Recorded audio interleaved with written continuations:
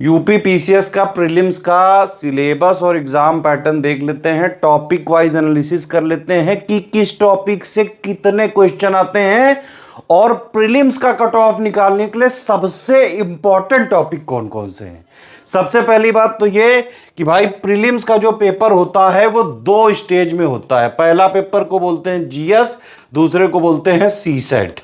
ठीक है, जीएस में क्या आता है? History, polity, geography, economy, science, environment, current affair, UP special, miscellaneous.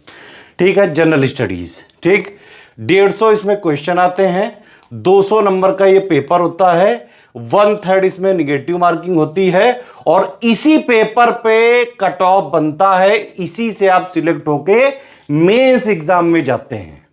ठीक है, मेंस 1500 नंबर का होता है प्लस 100 नंबर का इंटरव्यू होता है, तो 1600 नंबर से फाइनली कोई भी एसडीएम डीएसपी बन सकता है। ठीक, दूसरा पेपर कौन सा है? सीसेट। इसमें 5 टॉपिक होते हैं, Hindi, English, interpersonal skill, aptitude और रीजनिंग। ठीक है, इसमें आपको सिर्फ और सिर्फ 33% नंबर सीसेट में आपको लाने पड़ते हैं, क्वालिफाई करना पड़ता है। 200 में 66 नंबर इसमें लाने पड़ते हैं, तभी जीएस का पेपर आपका चेक होता है। सीसेट को अगर आपको क्लियर करना है, आप सिर्फ ये करें, 2018 से लेके अभी तक के पीवाईक्यू लगा लें और सीसेट का बिल्कुल exact official syllabus, latest and pattern के हिसाब से पूरी तैयारी कराता हुआ एक कोर्स है study for civil services app में। जिसको भी सीसेट में डर लगता है वो ये कोर्स ज्वाइन करके सीसेट की पूरी तैयारी कर ले और प्लस 2018 से अभी तक के पीवाईक्यू लगा ले। इतना करके सीसेट का क्वालिफाइंग होता है भाई, है ना। उसमें 66 नंबर लाने हैं, 200 में आराम से इतने लाए जा सकते हैं। जरूरी नहीं कि आप पेड कोर्स हमारा ज्वाइन ही करें, लेकिन पीवाईक्यू जरूर लगा लें। सीसेट के टॉपिक वाइज रीजनिंग, एप्टीट्यूड, जो है हिंदी, इंग्लिश, इंटरपर्सनल स्किल के हमने पापा वीडियो भी दिए हुए हैं। और कोई और सीरीज वगैरह अगर चलानी है आपको तो प्लीज़ यहाँ कमेंट करके बताएं, उससे भी तैयारी फ्री में बिल्कुल करी जा सकती है। ठीक है, तो ये हो गया आपका सीसेट, ये हो गया जीएस। इस पेपर पे कट ऑफ बनता है, सबसे इंपॉर्टेंट है ये वाला पेपर। अब इसका सिलेबस है ये 7 पॉइंट का सिलेबस है। पहला पॉइंट क्या है? करंट अफेयर, नेशनल और इंटरनेशनल। ठीक है, इंडिया का, दुनिया का। ठीक, history of India and Indian national movement. इसका मतलब यह है बेटा, कई लोग सोचते हैं कि सिर्फ मॉडर्न जरूरी है, थल में मॉडर्न पलुंदा थिल्प, एंथियन तो देवल में तुथ नहीं आता है ना भाई, ये गलती ना करना।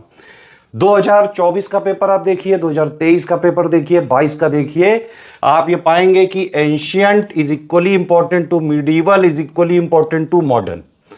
तो यानी कि हिस्ट्री में तीनों पार्ट जरूरी हैं, कम ज्यादा कोई नहीं, बराबर से तीनों जरूरी हैं।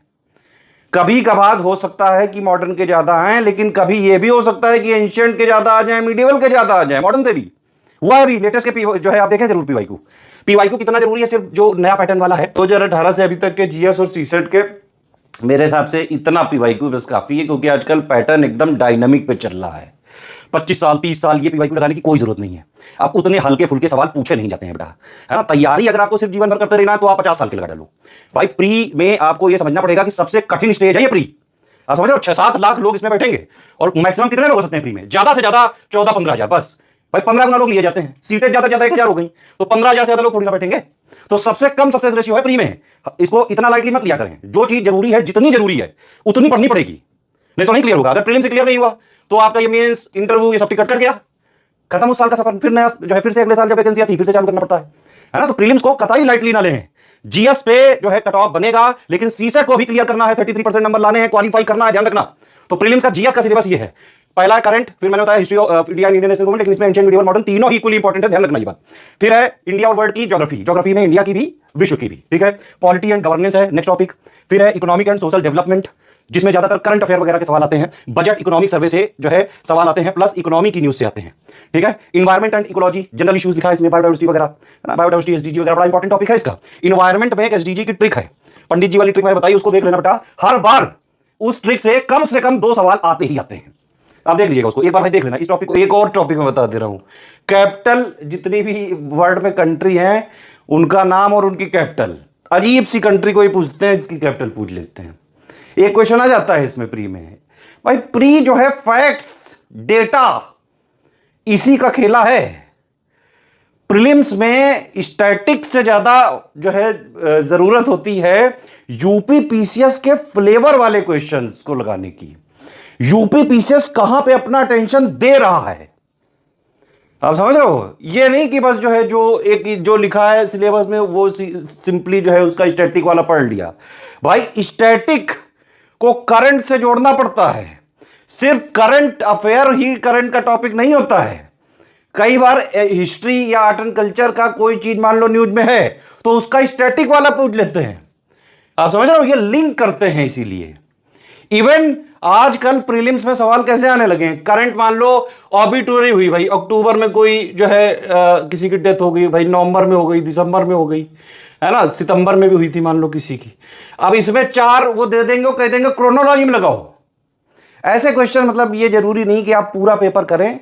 प्रीलिम्स में भाई पूरा पेपर नहीं करना होता है जीएस वाला। उसमें कट ऑफ निकालने के लिए ज्यादा से ज्यादा आपको 95 प्लस नेट में करने हैं बस। ठीक है, वो अभी मैं बता रहा हूं कैसे करते हैं। ठीक है, तो यहां ये ध्यान रखें कि करंट में तो करंट है ही, हिस्ट्री को भी करंट से जोड़ देते हैं, पॉलिटी को भी करंट से जोड़ देते हैं। कोई राष्ट्रपति का इलेक्शन हो गया, वाइस प्रेसिडेंट हो गया इलेक्शन, कोई पॉलिटिकल इवेंट हो गई, कोई कॉन्स्टिट्यूशनल अमेंडमेंट आ गया, है ना, कुछ भी ऐसा जो यूनिक हो गया उसको जोड़ देते हैं। जो है जो भी करंट हुआ है उसका स्टैटिक पूछ लेते हैं। इकोनॉमी में 70-80% करंट घुसा हुआ है। इन्वायरमेंट में कम से कम 50-60% वही जो लेटेस्ट में करंट। भाई इनका क्या है, एक तो रामसर साइट बढ़ती जा रही है भाई, पता नहीं कितनी बढ़ जाएंगी। मैं तो कहता हूं जो भी हैं वेटलैंड वगैरह सारे को एक साथ कर दो। हर बार जो है ये स्टूडेंट को तकलीफ देना, हर बार 4 जुड़ गए, 5 जुड़ गए, 6 जुड़ गए, है ना भाई, आदमी उब जाता है फिर। तो इसलिए, लेकिन भाई ये करना पड़ेगा, प्री निकालना है तो करना पड़ेगा, है ना। साइंस, अब साइंस में क्या है कि भाई पहले इसमें जनरल साइंस से सवाल आते थे, फिजिक्स, केमिस्ट्री, बायोलॉजी से। अब इसमें करंट भी लिंक किया जाने लगा है। तो इसीलिए प्रीलिम्स में भी साइंस एंड टेक्नोलॉजी पे आपको फोकस करना पड़ेगा बेटा। जनरल साइंस पे भी फोकस करना पड़ेगा प्लस करंट अफेयर पे भी। ठीक है, तो ये प्रीलिम्स का जीएस का सिलेबस है। इसी पर जो बेस्ड पेपर आएगा, 150 क्वेश्चन आएंगे, 200 नंबर का आएगा, 1/3 उसमें निगेटिव मार्किंग है। उसमें आपको 95 प्लस लाने हैं नेट में।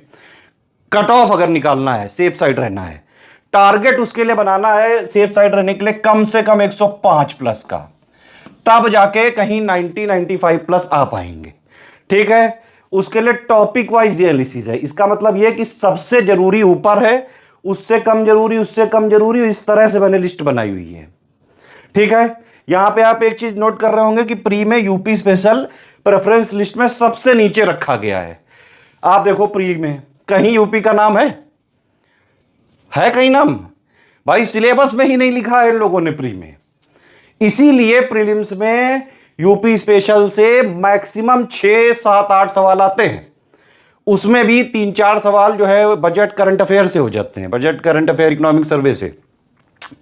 इस बार इकोनॉमिक सर्वे रिलीज किया है तो 5-6 सवाल के आसपास मुझे बिल्कुल अनुमान है बजट इकोनॉमिक सर्वे से जो है मिला के पूछ सकते हैं, क्योंकि इकोनॉमिक सर्वे यूपी में हर बार नहीं आता है। ठीक, तो टॉपिक वाइज ये लिस्ट है। सबसे पहला और इंपॉर्टेंट टॉपिक क्या है? Current affair. करंट में कितने सवाल आ जाते हैं?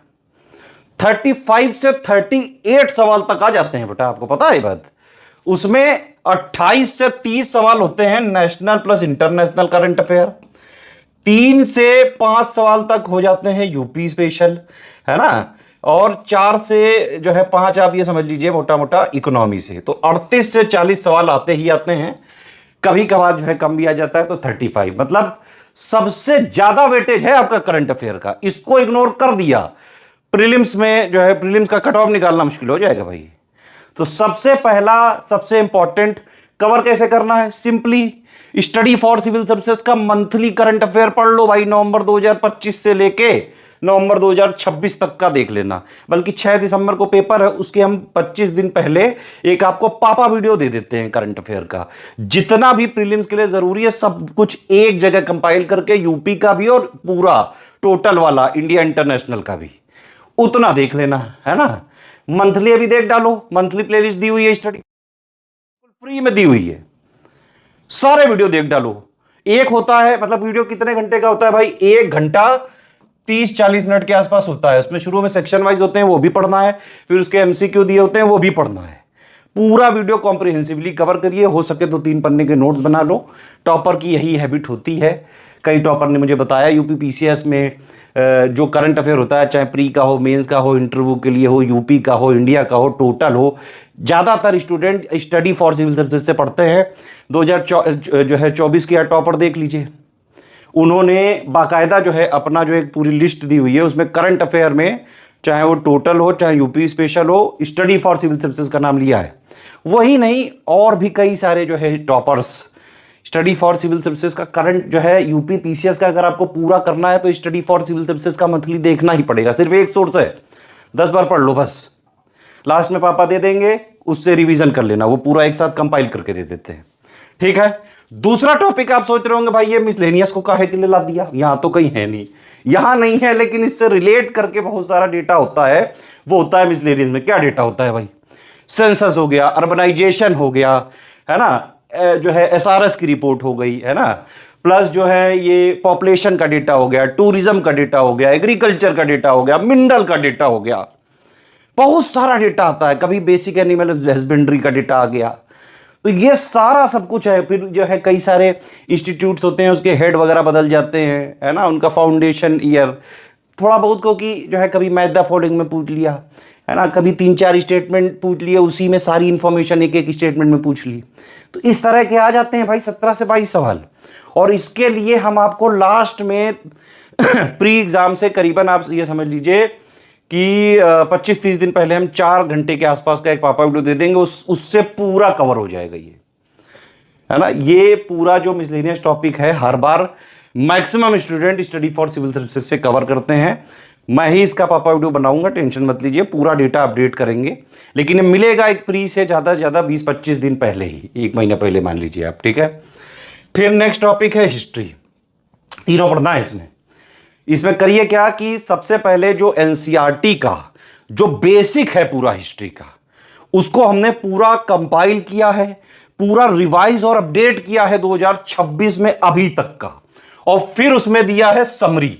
तो पहला उसमें हिस्ट्री में बेस बनाना है समरी से, एनसीईआरटी की पूरी हमने दी हुई है, और फिर उसके बाद जो 2026 तक का अपडेटेड और रिवाइज्ड कंपाइलेशन लिस्टिंग है, इसको पढ़ लीजिएगा। ये 3 चीजें पढ़ने की हो गई हिस्ट्री में। बाकी हम हिस्ट्री के टेस्ट सीरीज के वीडियो दे देंगे, उनसे आप जो है क्वेश्चंस लगा लीजिएगा, उसी टाइप के लगाइएगा जो हमने दिए हैं। हम क्योंकि फ्रेश क्वेश्चन बनाते हैं, जो आजकल का डायनामिक पैटर्न चल रहा है, जैसे क्वेश्चन आ सकते हैं।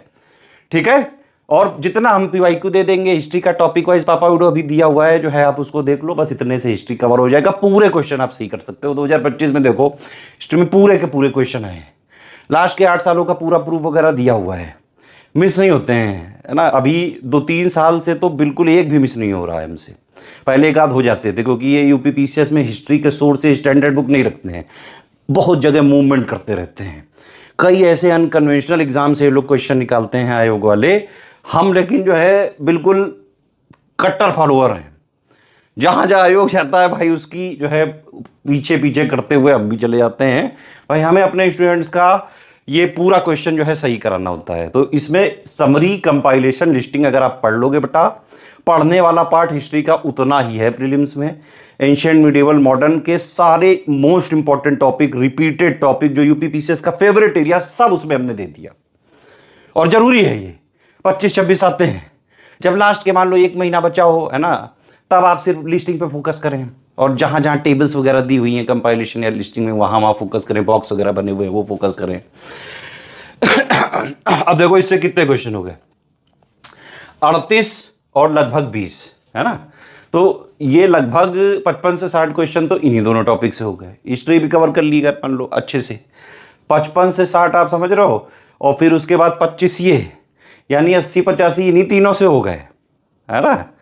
प्रीलिम्स का कट ऑफ जो है क्लियर करना इतना भी कठिन नहीं है ना, अगर आप एक्चुअली में स्टडी फॉर सिविल सर्विसेज को स्ट्रिक्टली फॉलो करोगे तो। ठीक। नेक्स्ट है आपका साइंस। साइंस बड़ा जरूरी है, मैंने बताया क्या, general science, physics, chemistry, biology तो पढ़नी ही है, उसके स्टैटिक वाले जितने भी कॉन्सेप्ट हैं, फैक्ट हैं, वो पढ़ने हैं, लेकिन उसको करंट से भी लिंक करना है, क्योंकि साइंस एंड टेक्नोलॉजी है यहां पे। ठीक है। फिर पॉलिटी, पॉलिटी में जितना हमने दे दिया है कंपाइलेशन लिस्टिंग बस इसके लिए सफिशिएंट है, मैक्सिमम सवाल लिस्टिंग से ही आ जाते हैं। वही सारा parts of constitution, schedules of constitution, है ना, जितने भी मोस्ट इंपॉर्टेंट आर्टिकल्स हैं, अमेंडमेंट्स हैं, है ना, फंडामेंटल राइट्स हैं, फंडामेंटल ड्यूटी है, डीपीएसपी है, मेजर मेजर जो लिस्ट हैं, टेबल्स हैं, ऑर्डर ऑफ प्रेसिडेंस है, कौन किसको वोट दिलाता है, कौन किसको रिजाइन देता है ना, ये जो फैक्चुअल चीज़ें हैं, ये सारा लिस्टिंग, और जितना भी कॉन्सेप्ट वाला पार्ट है, कॉन्स्टिट्यूएंट असेंबली कैसे बनी, पार्लियामेंट वगैरह का स्ट्रक्चर, स्टेट लेजिस्लेचर का स्ट्रक्चर, वो सारा हमने दिया हुआ है कंपाइलेशन में। ठीक है, इतना पढ़ लें। बाकी जो भी करंट अफेयर में होता है पॉलिटिकल की चीज़ें, वो हम अपना जो मंथली देते हैं ना करंट अफेयर, उसमें सबका, इस सारे सब्जेक्ट का भी कवर कर देते हैं, इसीलिए वो अपने आप में संपूर्ण होता है। आपको पता है जो हमारा मंथली करंट अफेयर बनता है, हम उसको बनाते कैसे हैं? उसको डेली हम जो है कई सारे जो गवर्नमेंट ऑथेंटिक सोर्सेज हैं उनसे कलेक्ट करते हैं। तो डेली जो है पहले उसको कलेक्शन किया जाता है, फिर मंथ एंड में उसको कंपाइल किया जाता है टीम के द्वारा, फिर उसके बाद एडुकेटर उसमें पूरा चेक करते हैं, कोई एडिशनल पॉइंट करते हैं। उसके अलावा हमारे ग्रुप्स होते हैं जहां मैं भी उसमें जो भी मैं डेली मान लो कोई चीज़ पढ़ रहा हूं, उसमें जो इंपॉर्टेंट चीज़ें लगी वो भेज दिया। और भी करीबन 12 लोग ऐसे हैं जो अलग अलग जगह से करंट का कुछ ना कुछ पढ़ते हैं तो उसमें भेजते जाते हैं, उससे डेटा ले लेते हैं मंथ एंड में। तो भैया ये तब जाके हमारा करंट बनता है, इसलिए इतना सक्सेसफुल है। आज मतलब एक दिन की मेहनत नहीं है, ये करंट अफेयर की पूरी एक कहानी है इसका, जो पूरा इसका वो बनाया मैंने स्ट्रक्चर कि कैसे करंट अफेयर को कवर किया जाए कॉम्प्रिहेंसिवली। तो इसके लिए हम इवॉल्व होते होते मतलब बाकायदा उसमें डेडिकेशन भी है, रेगुलरिटी भी है, कंटिन्यूटी भी है, डेली। ये सिर्फ मंथली की है एक्सरसाइज, डेली वाला करंट अफेयर जो हम देते हैं उसका अलग है टीम। ठीक है, तो करंट अफेयर पे फोकस जो है हम करते हैं, और आपको भी करना चाहिए अगर सिलेक्ट होना है, क्योंकि मेंस के लिए भी जरूरी है, इंटरव्यू के लिए भी जरूरी है ना। ध्यान रखें ये बात। फिर पॉलिटी के बाद भाई ज्योग्राफी के लिए जितना हमने समरी दी हुई है एनसीईआरटी की वो पढ़ लो, अपडेटेड और रिवाइज 2026 का लेटेस्ट वाला वर्जन है ना। उसके बाद कंपाइलेशन लिस्टिंग अभी तक का जो अपडेटेड और रिवाइज करके दे रहे हैं। सेम इन्वायरमेंट में कर लो कंपाइलेशन लिस्टिंग, समरी वाला दे दिया है हमने पार्ट अभी, है ना। इकोनॉमी में कंपाइलेशन लिस्टिंग कर लीजिए, अभी हमने एनसीईआरटी की समरी दे दिया है। तो एससीएल इसीलिए फॉर्मूला में कहता हूं इसको, स्टैटिक जीएस के लिए। यूपी स्पेशल में मंथली वाला हम दे देते हैं, बाकी बजट पापा में दे दूंगा भाई, वो प्रियो में दोनों के लिए पढ़ लेना, क्योंकि प्री में उससे जो है 3-4 सवाल आ सकते हैं। इस बार इकोनॉमिक सर्वे भी उसमें कवर करना पड़ेगा, प्लस जो है इसमें मेंस में आ जाते हैं सवाल, 5-6 में 3-4 सवाल तक आ जाते हैं भाई। 2024 वाला पेपर में यूपी बजट का जो पापा वाला वीडियो मैंने बनाया था उससे 2 क्वेश्चन आए थे डायरेक्टली।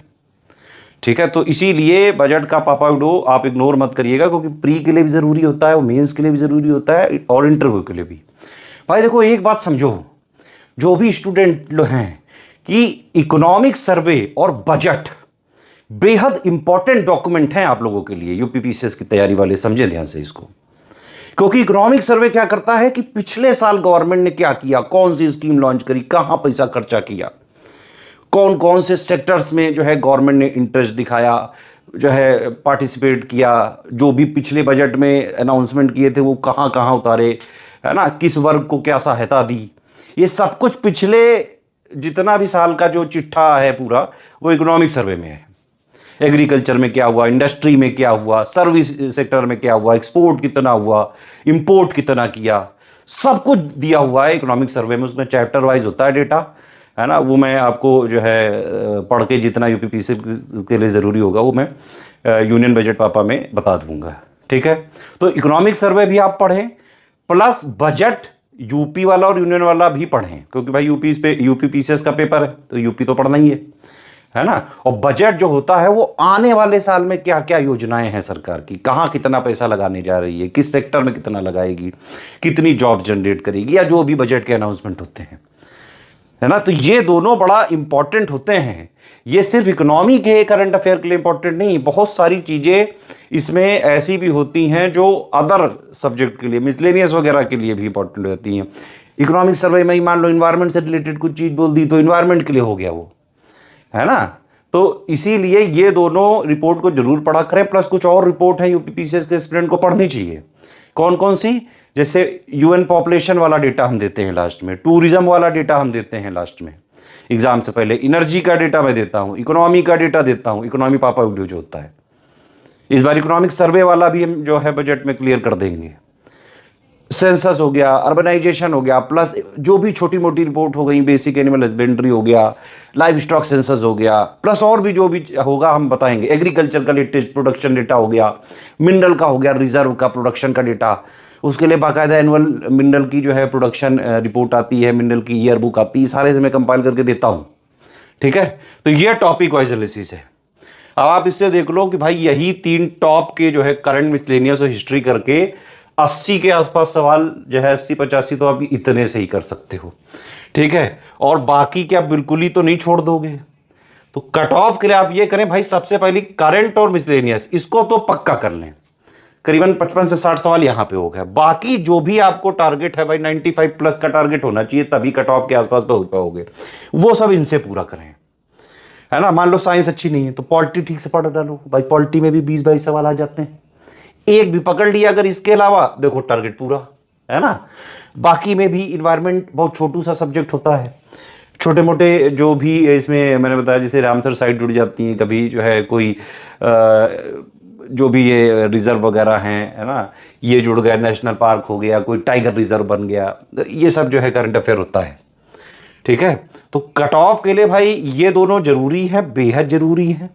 इसके अलावा आप चूज करिए, अगर हिस्ट्री बोरिंग लग रही है, नहीं पढ़ने में समझ में आ रही, भाई देखो मेंस में तो देना ही है, तो इसलिए कोई भी सब्जेक्ट को इग्नोर ना करें, पीसीएस में कॉम्प्रिहेंसिवली पढ़ना है। हाँ, प्री के लिए जरूर कि अगर मान लो नहीं प्री में उतनी तैयार हो पाई, भाई प्री के बाद उस सब्जेक्ट को अच्छे से कर लो, अगर कुछ ऐसा रह गया है तो, है ना। तो प्री में मान लो हिस्ट्री में पूरे नहीं तो तब भी आधे नंबर लाने का तो लक्ष्य रखो ही रखो।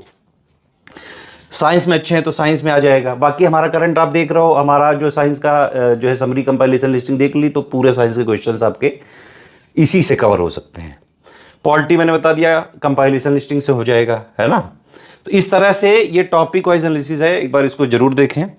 और ये आप समझें फाइनली कि भाई प्री में कट ऑफ निकालना है जीएस वाले पेपर से, टारगेट रखना पड़ेगा आपको 105 प्लस का, तब जाके कहीं 95 अगर आपके आ गए, 90 से 95, और सीसेट में आपने 66 नंबर लाके 33% लाके क्वालिफाई कर लिया, तो आपका प्री का कट ऑफ आराम से क्लियर हो सकता है। और इसके लिए आपको करना क्या पड़ेगा? करना यह पड़ेगा कि पढ़ाई आपको करनी पड़ेगी स्टडी फॉर सिविल सर्विसेज की, जो अपडेटेड और रिवाइज्ड समरी है, बेस बनाए, एनसीईआरटी बेस्ड है, इसमें जो बेसिक बुक्स हैं उनका ये समरी है। उसके बाद जो अभी तक का अपडेटेड और रिवाइज्ड कंपाइलेशन लिस्टिंग से पढ़ाई कर लो। ये बस इतना हो गया पूरा प्रीलिम्स का जीएस पेपर कवर। ठीक है, इसके अलावा जो हम मिसलेनियस अपडेट देंगे एग्जाम से करीबन 25-30 दिन पहले, वो भी हम पेड ग्रुप में उसकी पापा पीडीएफ दे देंगे। करंट अफेयर की पापा पीडीएफ भी दे देंगे, है ना, पेड ग्रुप में, प्री वाले 6,500 या 9,000 वाले में, है ना। और प्लस जो भी और डेटा होगा, एनर्जी का डेटा, है ना, कोई और डेटा अगर हमको लगता है लास्ट में, तो हम एग्जाम से पहले दे देते हैं 15-20 दिन पहले उसी ग्रुप में।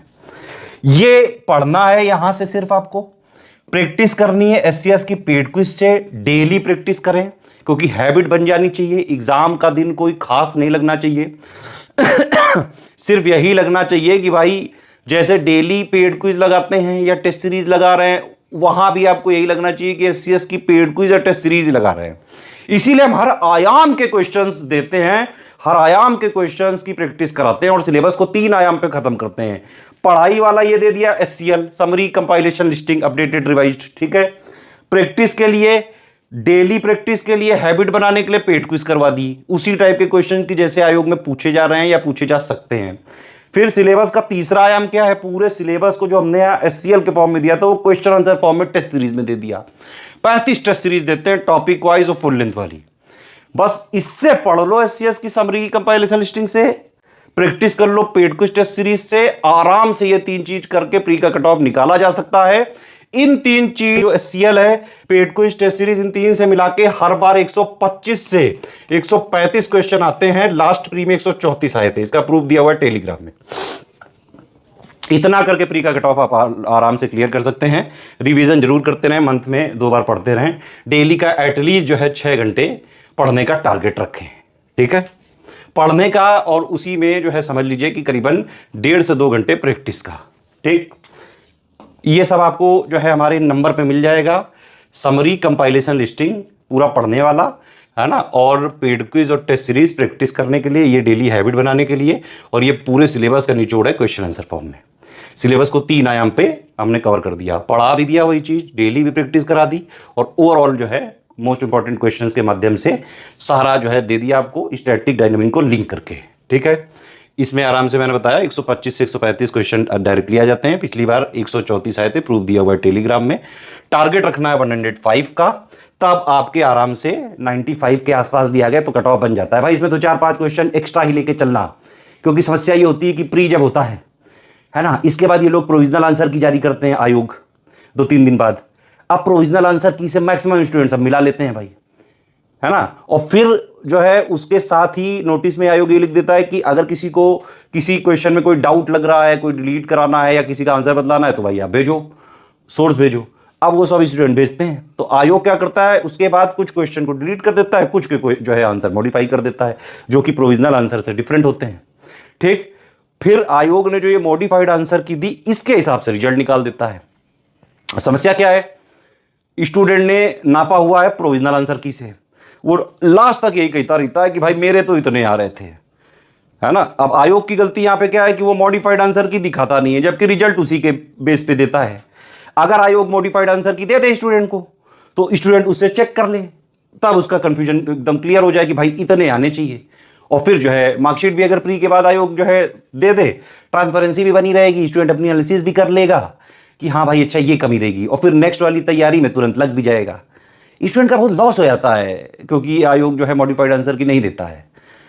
समझते ही नहीं आयोग के लोग, है ना, उनको ये नहीं समझ में आ रहा है भाई उनके जो है, जबकि वो लोग खुद एग्जाम वगैरह निकाल के गए हैं, उनके भी बच्चे वगैरह कभी एग्जाम तो देते होंगे। समझना चाहिए कि ऐसी पॉलिसी मत बनाओ जिससे कोई परेशान हो स्टूडेंट। क्यों परेशान करना है, पढ़ने लिखने वाला स्टूडेंट है भाई, उसको दे दो मॉडिफाइड आंसर की, है ना। उसके बाद उसको जो ये है भाई प्री का रिजल्ट आ गया, उसके साथ मार्कशीट दे दो, क्या दिक्कत है भाई, पता चल जाए उसको, मॉडिफाइड से वो अपना निकाल ले कितने आने चाहिए थे, अपनी मार्कशीट से चेक कर ले आ रहे हैं कि नहीं। ये करके अगर एक बार आयोग देखे तो बड़ा जो है आयोग को लोग अप्रिशिएट करेंगे। आयोग को सीरियसली जो है स्टूडेंट के इश्यूज सुनने चाहिए। सालों से लोग चिल्ला रहे हैं, जो नहीं रेंग रही है, वही बात है, क्या करा जाए भाई। ये हमारे नंबर है, इन पे कॉल या व्हाट्सएप करके आप 6500 या 9000 का बैच ज्वाइन करके प्रीलिम्स की तैयारी भी कर सकते हैं, कट ऑफ भी निकाल सकते हैं। बस करना क्या है, आपको पढ़ना है SCL summary compilation listing updated device वाले से, SCS की प्रैक्टिस करनी है डेली पेड क्विज से, और ओवरऑल सिलेबस का तीसरा आयाम क्या है, टेस्ट सीरीज। ये 3 चीज कर लो, प्रीलिम्स का कट ऑफ आराम से हर हाल में निकाला जा सकता है GS वाले पेपर का।